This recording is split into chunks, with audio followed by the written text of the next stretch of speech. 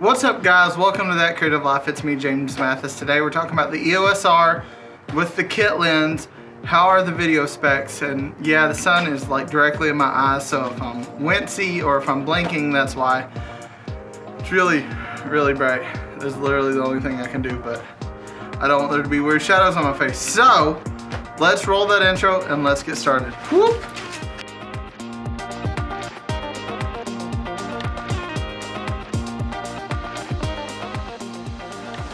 Okay, so this is the EOS R with the 24-105 f4 RF L lens. This is what it looks like. I can't handhold it in 4K because the crop just kind of kills it. But this is what it looks like. This is the sun coming down from this side. I literally have my face framed up so that I have 45-degree lighting because I work at Live Touch now and that crap matters, unfortunately, which means I'm that much fussier about my videos. But I want to go over the video specs. This is 4K, 24 frames per second. This is what it looks like. Let's switch over to 1080 now.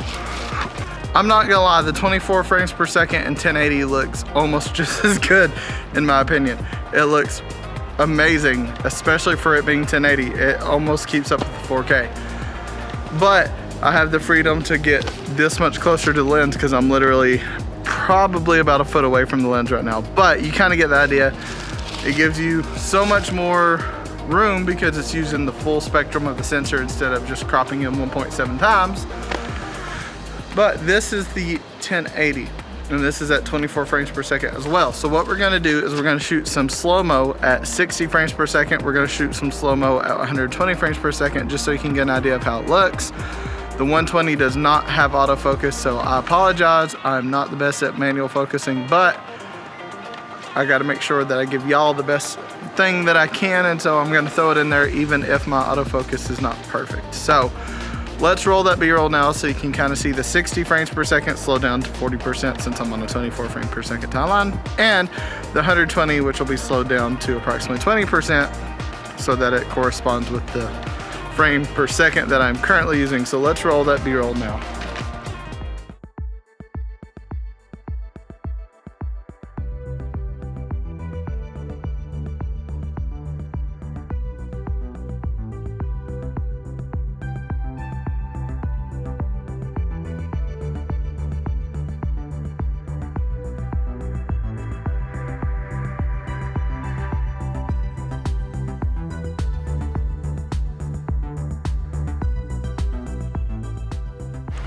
Okay, so that is what the 60 frames per second and the 120 frames per second looks like. That's kind of the video quality.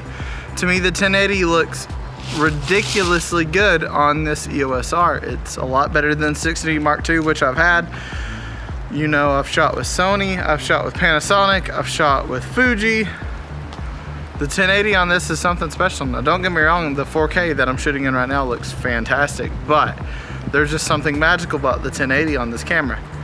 And so if you can't afford to get that Tamron that I talked about yesterday, then maybe you should try just the 24-105, but then put it in 4K because that's gonna give you that super nice balanced 1080 that you can color grade and shoot in C-Log. And as you can see, I'm literally playing with the light on my face, kind of watching because I'm not used to having a flip out screen anymore, and this is super nice. But it gives you the freedom to kind of have that control to what you want the video to look like. So this is the video quality on the EOS R. And this was my next video. Next time we're gonna talk about photo quality because holy crap.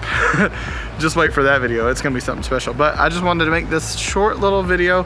Hope you enjoyed the B-roll. Hope you enjoyed kind of seeing what the EOS R is capable of. Let me go inside it, edit this now, come up with some kind of thumbnail. Haven't decided yet. I'm pretty proud of the one that I came up with for the video yesterday, so I gotta at least step it up, if not do better. Strobe flashes are a thing, which we'll talk about in the video coming up. But EOS R, video quality, fantastic. I love you guys. Don't forget to live that creative life. I'll see you next time. Bye.